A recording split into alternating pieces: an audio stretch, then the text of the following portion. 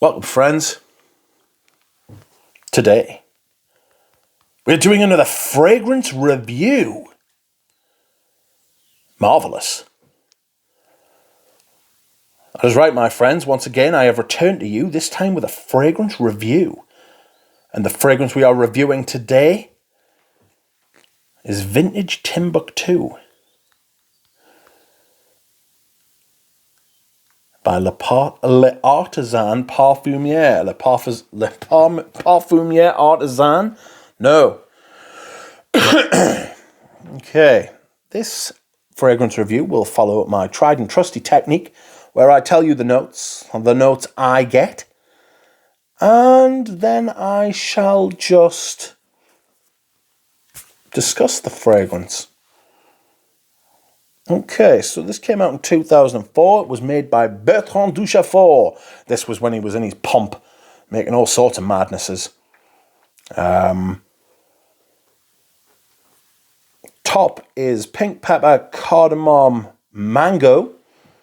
Middle is caro corunde, papyrus and incense. And the base notes are vetiver, patchouli, myrrh, benzoin. It has quite a large... well, it's not that large, actually. I'll read it. The blurb. The master perfumer Bertrand Duchefort, inspired by his travels to the old African city and the ancestral magical fragrance ritual Wusulan, has created the second fragrance of the L'artisan Parfumuer travel collection, Timbuktu. The power of Wusulan lies in the innate art of Mali women in perfume creation, traditionally passed on from mother to daughter as a magical fragrance spell for seduction and securing true love. This perfume has captured the African temperament and presents a new fragrant experience. The green sharpness of ripe mango and the spicy warmth of pink pepper make an impressive prelude to the mysterious heart of aromatic frankincense and papyrus smoke. The pure and light smoke wraps the exotic African flower caro corunde and mixes with the earthy and green vetiver. The base is composed of balsam, spices, patchouli, myrrh, and vetiver. This wild, magical, and mysterious African fragrance with woodsy notes, thick resins, and spices lasts on skin for a long time. It is created to awake memories and the desire for long-distance travels, as well as to remind one of the beauty and the miracle of life, as seen through the eyes of the women of Timbuktu. Okay, the notes I get the most of are green mango, incense, vetiver, and especially isoe super. So the fragrance Timbuktu.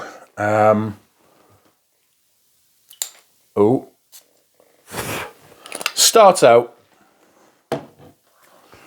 with this huge green fruity blast, and it's green mango.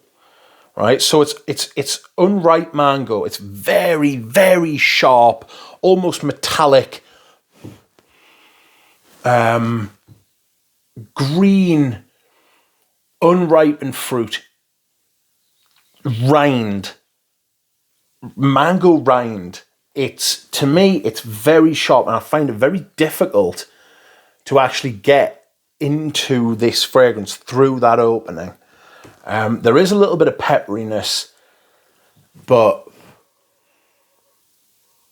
it's mainly this really, really overly bitter, sour, green fruit. Very firm, very taut. That actually lasts quite a while. Mentioned in the blurb there that the fragrance lasts a long time. It does. It really does. It lasts a long time. You get a lot for your money here. The next part of the fragrance is where the isoe super starts to shine and basically acts as an accelerant for everything else. There's this ever so slightly smoky quality from the incense, the papyrus, the vetiver, which is there. It's light, like it said in the blurb, it's light smoke. Little bit spicy, little bit smoky. It is still sour and still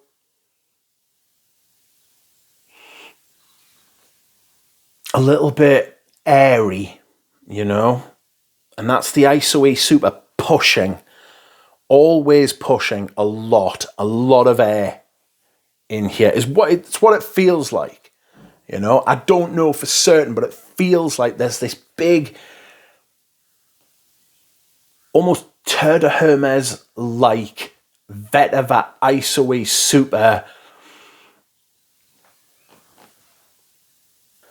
packed in those two fragrances, Timbuktu and Tour de Hermes, and it gives this drive, this push out, this acceleration into the atmosphere around you.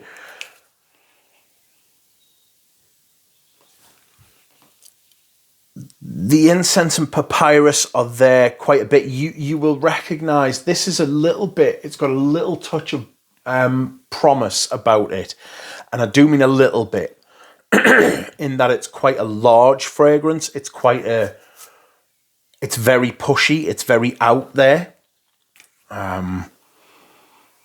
It's quite metallic, flinty, stony. Never smelled Karakurunde before, but apparently it's used in voodoo medicine, you know, or voodoo spells, things like that.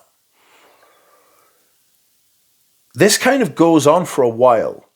The mid of this fragrance lasts a long time. This metallic incense papyrus green sourness goes on for quite a while. And I'm talking hours and hours, you know, 6-7 hours. And you start to get to the dry down and it mellows a little bit with the creaminess of myrrh, and the vetiver becomes stronger. Still very green. That sour greenness never really goes away. I mean, it gets a lot less, but it's not as aggressive. Perfume lasts all day. Smells good. It's just not for me. And that's why I've sold it, which is sacrilege to a lot of people. Never got into it. Tried hard. Couldn't do it. Thanks very much, everyone. I'll see you again soon.